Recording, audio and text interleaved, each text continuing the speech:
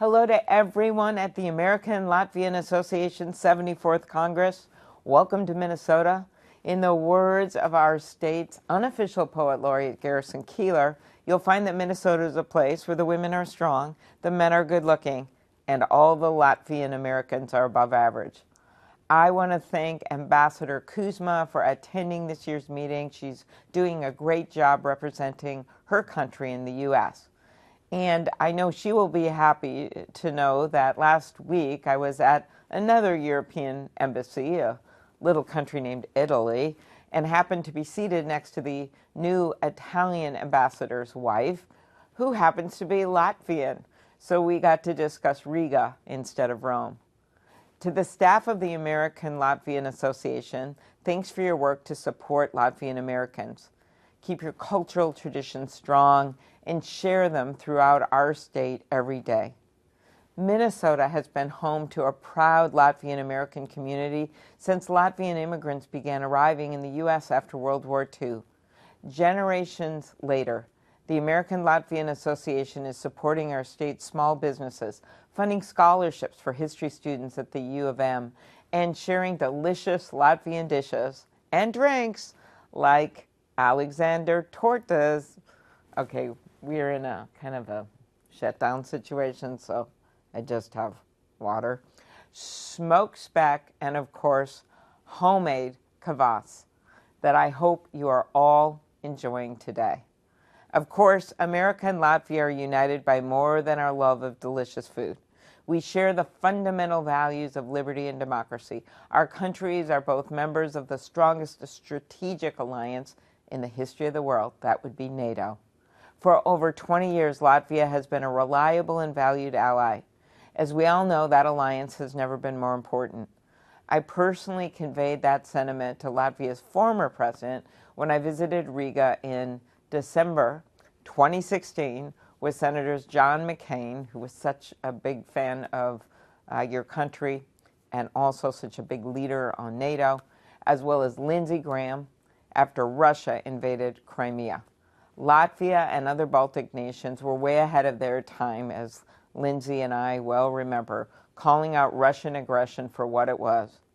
For over 3 years now, we have all borne witness to Vladimir Putin's inhumane barbarism. I visited Ukraine twice in just the last 3 years, and the horrors I witnessed will stick with me for the rest of my life. I continue, as you do, to support Ukrainians as they defend their homes, their families, and their country. And I certainly appreciate all that the country of Latvia has done for the same cause. I'm especially focused on righting a terrible wrong that has come out of this war, the mass kidnapping by the Russians of Ukrainian children. Before any peace deal is finalized, Ukrainian children must be returned. When I met with the Ukrainian American community this summer, one woman described seeing Ukrainian kids. A few of them have come home after being abducted by Russian troops. She said, when we met them, they didn't cry, they didn't scream, they just stared, eyes wide, eyes empty. Kids shouldn't have empty eyes. That's why I firmly believe that it must be the policy of the United States to support efforts to bring all of Ukraine's children back. And I have colleagues from both sides of the aisle who agree. In March, I led a bipartisan group of senators in calling on the administration to continue supporting efforts to investigate Russia's abduction and deportation of Ukrainian children. This came after the State Department terminated a contract with the Yale-based research team working to find abducted Ukrainian kids. By the way, it's an incredible work that goes on by tracking 200 sites by satellite and other ways. After pressure, the State Department turned the program back on, but only through last month. Unfortunately, that support has ended, and the team at the lab has now had to crowdsource funds to keep running. But I will keep pushing to restore federal funding for this critical program.